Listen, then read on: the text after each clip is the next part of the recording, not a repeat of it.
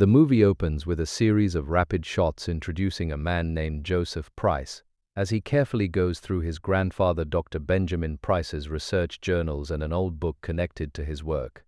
Benjamin had dedicated his life to studying the necronomicon, also known as the Book of the Dead, along with the terrifying creatures known as deadites. According to Benjamin's research notes, the Book of the Dead was never just a myth.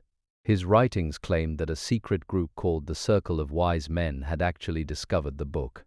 Ignoring every warning, the members of the circle eventually read passages from it, unknowingly unleashing demonic forces that began possessing humans.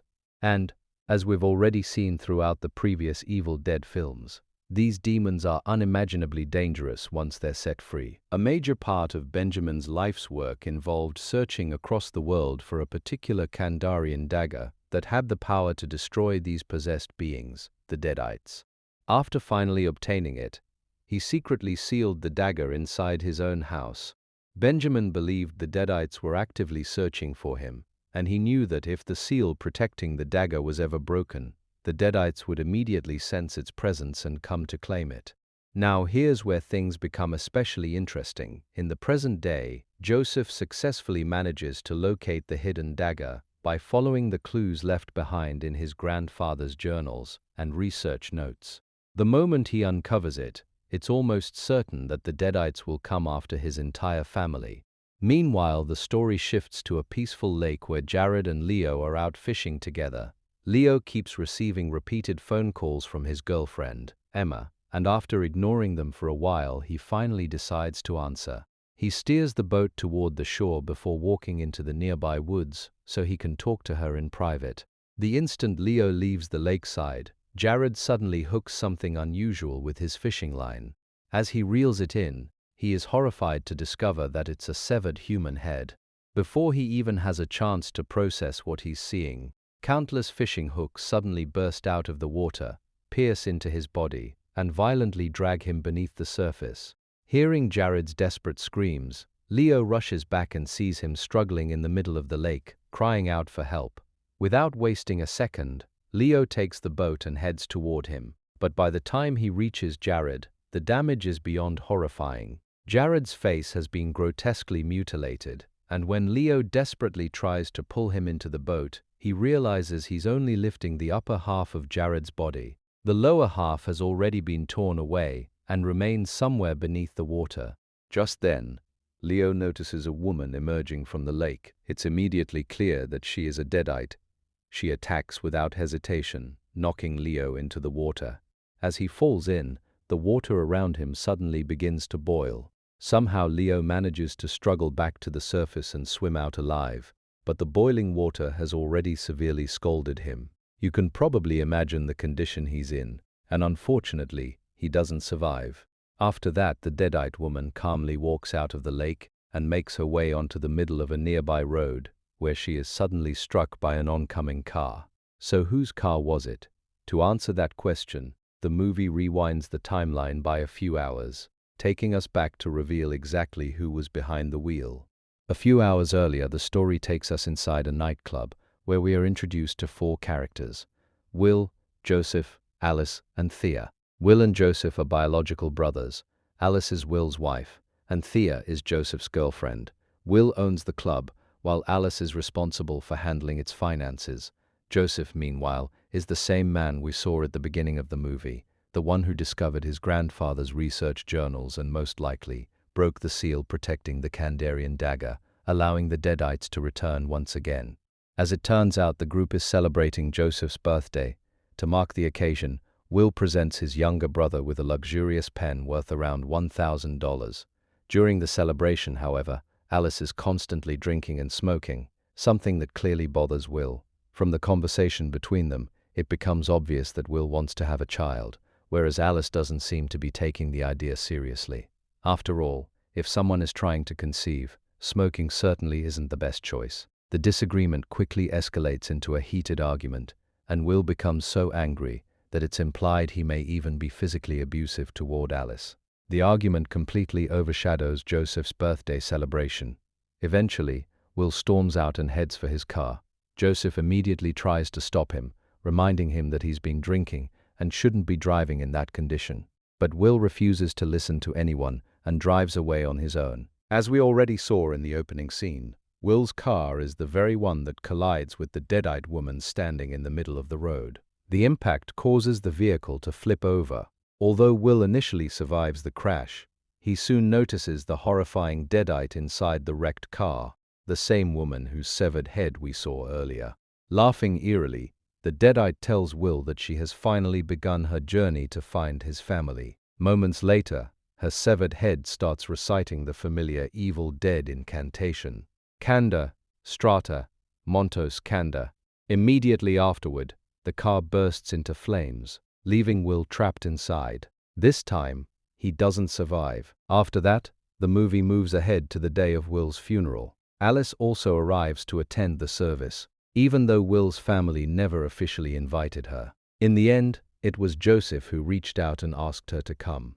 When Alice arrives, she's wearing a hoodie along with a pair of sneakers, which immediately stands out because funerals are generally occasions where people dress in formal clothing. Will's mother, Susan, clearly disapproves of her appearance. She even lends Alice a pair of her own shoes to wear, but unfortunately, they end up giving Alice painful blisters.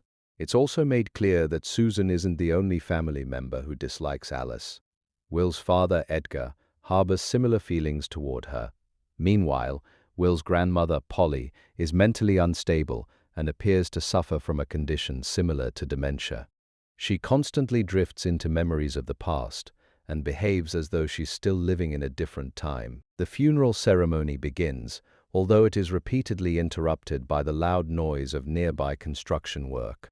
Even with the constant interruptions, Susan manages to deliver a heartfelt speech. Alice, however, doesn't say a single word about Will during the entire service. Once the ceremony concludes, Will's coffin is taken to the crematorium. Shortly afterward, Edgar arrives there as well, wanting one final moment alone to say goodbye to his son. The crematorium attendant allows him 5 minutes in private. Standing beside the coffin, Edgar completely breaks down in tears. Then, without warning, he hears knocking coming from inside the coffin. Startled, Edgar quickly forces the coffin open, only to witness something horrifying. A horribly burned Will suddenly rises from inside, having fully transformed into a deadite. Will immediately burns Edgar's hand, and from that moment onward, Edgar himself becomes possessed. Following this terrifying incident, the family eventually returns home. Edgar's behavior begins to change dramatically. At one point, he almost stabs himself with a knife, but Alice manages to stop him just in time. Edgar then quietly begs Alice not to tell Susan about what just happened. Later that evening, everyone gathers around the dinner table. During the conversation, Alice, who is French, mentions that she's considering returning to France. The moment Susan hears this, she becomes furious and immediately questions who will take care of Will's club if Alice decides to leave. By this point, it's clear that both Susan and Edgar hold Alice partly responsible for Will's death. Joseph even points out that the reason Will drove away that night was because of the argument he'd had with Alice. As the conversation continues, the atmosphere around the dinner table becomes more and more tense.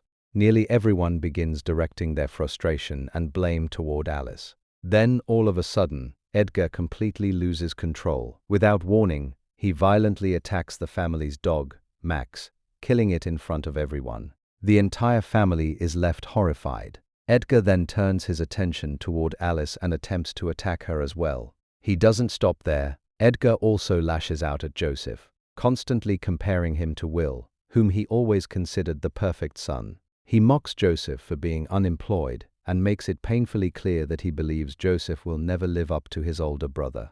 By now, Edgar's injuries have become serious enough that Joseph decides to rush him to the hospital. Edgar is placed in the car, while Thea gets behind the wheel. However, before they can get very far, Edgar, now completely under the deadites' control, suddenly attacks Thea from inside the vehicle. A violent struggle breaks out, and in the middle of the chaos, the car loses control and crashes into a nearby field. Edgar relentlessly attacks Thea as Joseph quickly pulls out his gun and points it at his father. But despite having the chance to stop him, Joseph can't bring himself to pull the trigger. Instead, He panics, leaves Thea behind, and runs away. Moving with terrifying speed, Edgar grabs a metal rod from the car seat's headrest and drives it straight through Thea's head, killing her instantly. Back at the house, Susan and Alice bury Max before heading inside. At this point, Alice searches the house and discovers Dr. Benjamin Price's research journals containing information about the necronomicon and the deadites. While reading them, she unknowingly begins reciting the 4 demonic words, but thankfully stops after the 3rd. Even so, the family dog has already transformed into a deadite and suddenly attacks her. Alice barely escapes, rushes inside, and locks the front door. Moments later, someone knocks. She hears Thea's voice asking to be let in, so she opens the door, only to find Deadite, Thea standing there with an entire car seat jammed into her mouth. Thea pulls it out and immediately attacks Alice and Susan. Joseph rushes in to help, but Thea easily overpowers him while mocking everyone. Somehow, Alice manages to shove Thea into the basement and locks the door behind her. Alice, Susan, Polly, and Joseph decide to escape the house, but the moment they step outside, they find Edgar waiting for them. He whistles, and their deadite dog comes running over.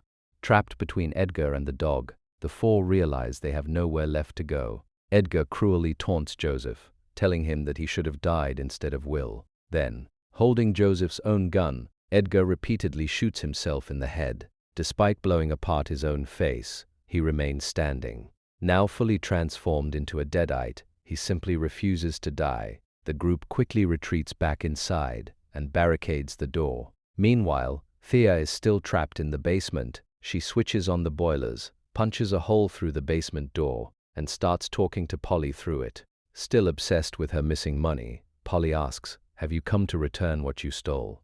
Thinking fast, deadite Thea replies, "Yes, just open the door." Believing her, Polly unlocks the basement, setting Thea free once again. Thea immediately starts splashing oil throughout the house, seemingly planning to burn it down. Alice attacks her, but Thea clings to the ceiling before striking back, beating both Alice and Susan. Meanwhile, Granny calmly rides her stairlift upstairs as chaos unfolds around her. Thea turns her attention to Joseph, but he keeps her back with a box cutter. She mocks him for refusing to shoot Edgar and save her earlier, yet now pretending to be brave. She then slams Joseph onto an open dishwasher filled with sharp kitchen utensils, badly injuring him. Desperately fighting back, Joseph drives a corkscrew into Thea's neck and manages to get away. Staggering around, Thea walks over to Granny and, in one of the movie's weirdest moments, takes out Polly's dentures, puts them into her own mouth, and then places them back into Granny's mouth. Just then, Thea notices Polly's prosthetic leg is missing. Before she can react, Alice appears from behind and smashes her with it, knocking her to the floor. Joseph grabs a broken piece of the dishwasher and repeatedly hacks into Thea until she is finally torn apart. As we've learned throughout the Evil Dead series, the only reliable way to kill a deadite is to chop it into pieces, and that's exactly what happens here. Afterward, Susan helps Granny back to her room. But once they're alone, Polly also becomes possessed and transforms into a deadite. Looking at Susan, she softly calls her "my dear daughter." Those words deeply affect Susan because she had long been deprived of her mother's affection. Sadly, this isn't really Polly speaking anymore. Her mind was already lost in the past, and now the deadite has taken over completely. The deadite Granny manipulates Susan into opening a window so Edgar can enter the house. Susan gives in, and Edgar climbs inside through the window. He then kisses Susan in a way she has never experienced before. Afterward, Susan approaches Joseph and tells him that if they simply return the dagger, the deadites will leave. According to her, that's all they want. She insists they aren't just ordinary old people anymore. Hearing this, Joseph realizes his mother has been completely manipulated. He reminds her that she had ordered him to throw away all of his grandfather's belongings. In reality, though, he never did. Instead, he secretly hid everything in the attic, a fact he had already shared with Alice. Here's a bit of background. Susan always hated her father Benjamin, believing he was a madman who neglected his family because he was obsessed with his research. The rest of the family also considered him an eccentric. Joseph, however, is a writer. and he had been studying his grandfather's research for his own books. That's exactly why he ended up breaking the seal on the dagger. Although Susan wanted everything destroyed, Joseph secretly kept Benjamin's work. And, as we now know, the deadites are hunting this family. Joseph refuses to tell Susan where the dagger is hidden. Just then, Edgar attacks both Joseph and Alice. Susan desperately begs Edgar not to hurt their son, reminding him of his promise. At this point, I was thinking, Auntie, that's a deadite. He isn't your husband anymore. A brutal fight follows. Edgar mercilessly beats Joseph and Susan while Alice desperately crawls away. In the background, old footage from Will and Alice's wedding plays on a television, triggering Alice's PTSD because her marriage had never been a happy one. I'll explain that in more detail later, when we discuss the movie's theories. Joseph tries fighting back by stabbing Edgar with the expensive pen Will had gifted him, but Edgar overpowers him and slams his face into Thea's corpse. These scenes are incredibly gruesome, and watching them in theaters was genuinely intense. Meanwhile, Alice runs upstairs, only to be attacked by the deadite Granny. She grabs a grass cutter to defend herself, but Granny forces Alice's face toward the machine and drives a pin into her ear. Granny then manipulates Susan into turning on the grass cutter, convincing her that Alice is responsible for Will's death and is nothing more than an outsider. Shockingly, Susan actually goes along with it. At the last second, Alice fights back by stabbing Granny with a piece of broken glass. She ties Granny's leg to a chair and pushes her down the stairs. As the chair gets stuck, Granny actually starts trying to cut off her own leg to free herself. Alice then drags Susan into the bathroom and locks the door before Edgar can reach them. Inside, Alice finally explodes in anger. She tells Susan that she is no better than Will. Alice reveals that Will regularly abused her and once hit her so hard that hot liquid spilled onto her stomach, leaving a permanent scar. Despite everything Susan and her family put her through, Alice reminds her that she still chose to save her. She even pulls the pin out of her own ear, while Susan stands there speechless. After that, Alice uses the grass cutter to cut through the ceiling and reach the attic, where Joseph had told her the dagger was hidden. Meanwhile, Edgar has brutally beaten Joseph, repeatedly throwing him around while demanding to know where the dagger is. At that moment, Susan also becomes possessed, before suddenly attacking Alice. A fierce struggle follows, but Alice manages to break free and climb into the attic. Susan follows her, but Alice knocks her back down. Inside the attic, Alice desperately searches for the Kandarian dagger. The problem is that there are numerous daggers stored there, and she has no idea which one is the real weapon. Suddenly, Joseph climbs into the attic through a hole, but he has now become possessed by a deadite. Alice begins stabbing him with one dagger after another, but since most of them are ordinary blades, they have no effect. Finally, she discovers the real Kandarian dagger and plunges it into Joseph. The instant the true dagger pierces him, the possession is broken. Sadly, the injuries Joseph suffered while under the deadite's control are already too severe.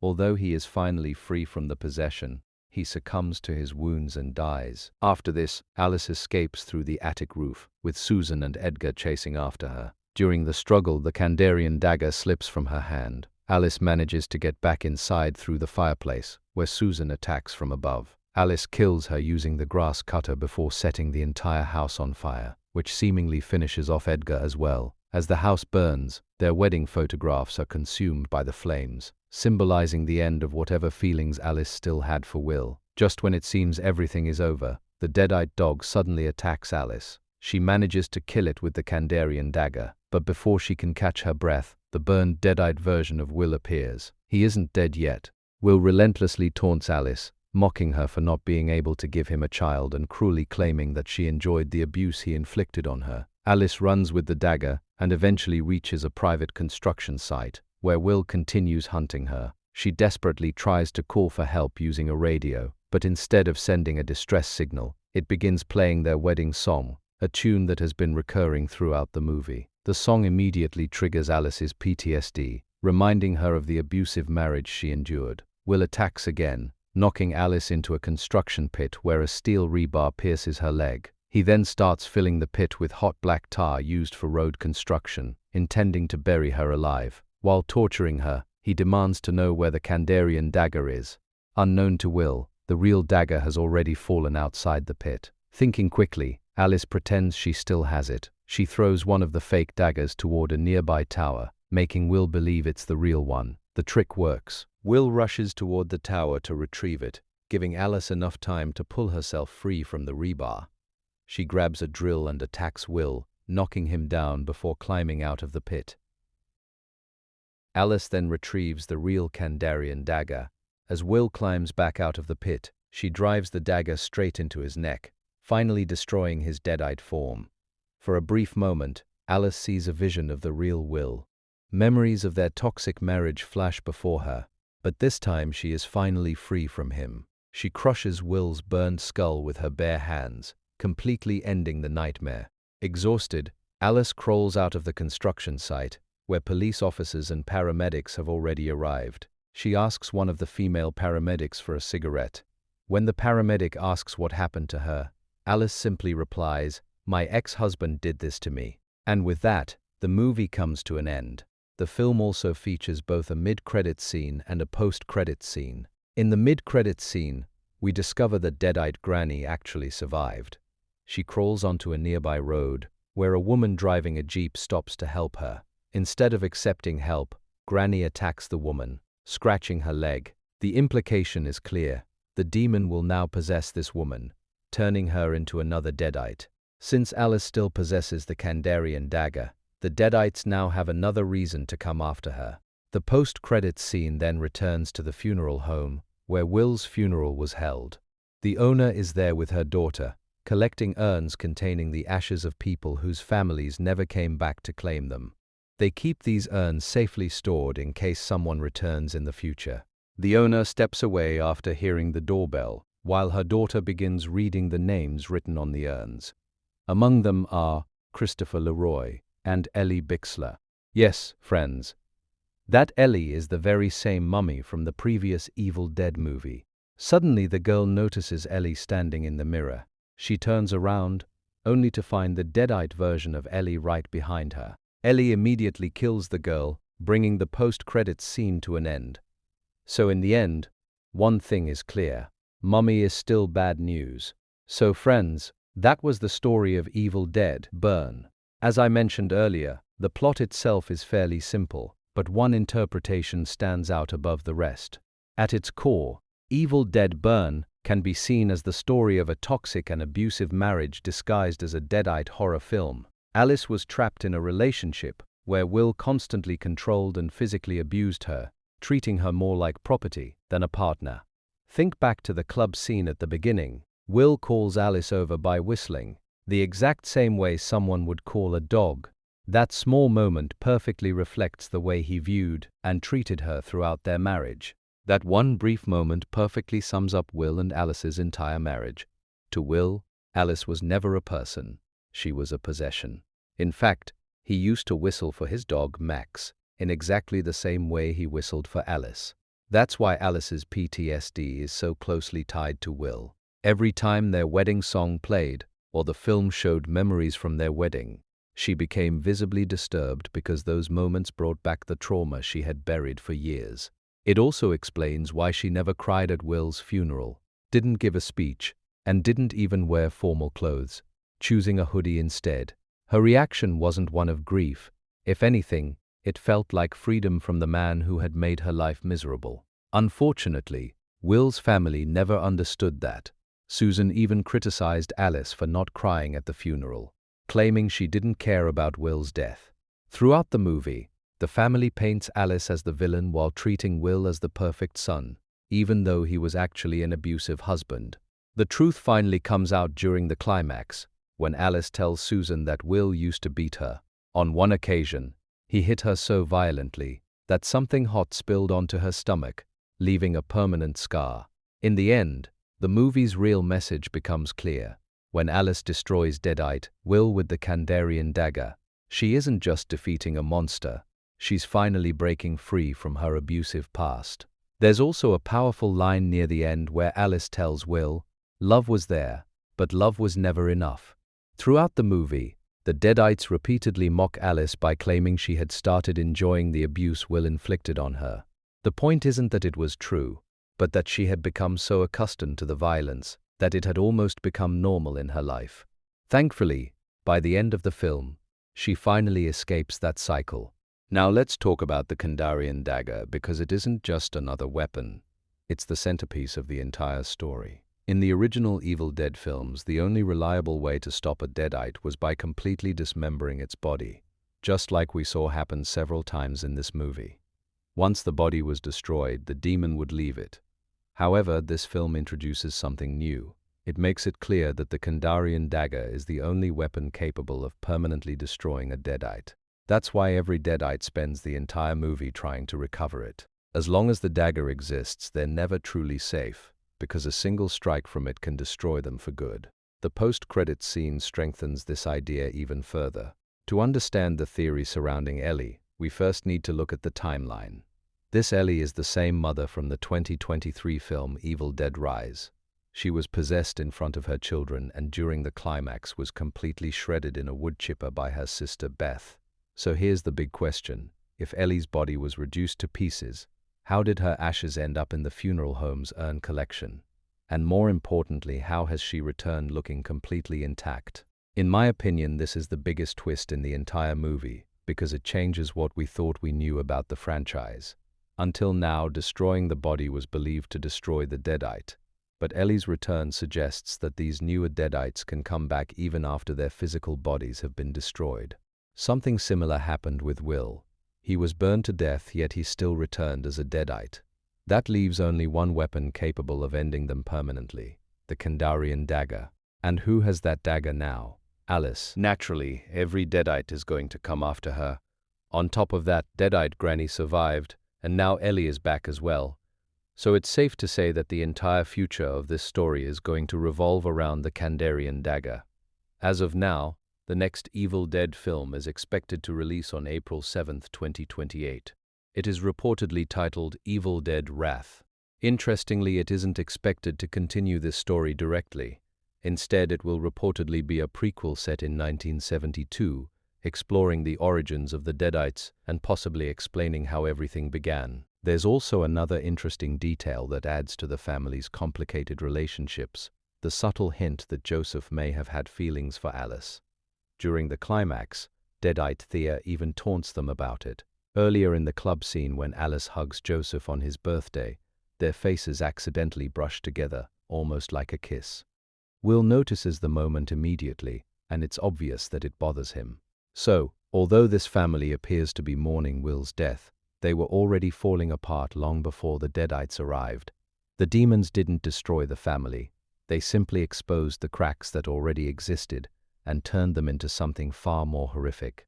And with that, we've covered the complete story and the major theories surrounding Evil Dead Burn. A recap can only explain the story, while the real thrill comes from watching the horror unfold on screen. I hope you enjoyed this video. If you did, don't forget to leave a like and share it with others. And if you're new to the channel, be sure to subscribe because we regularly bring you movie explanations and content like this.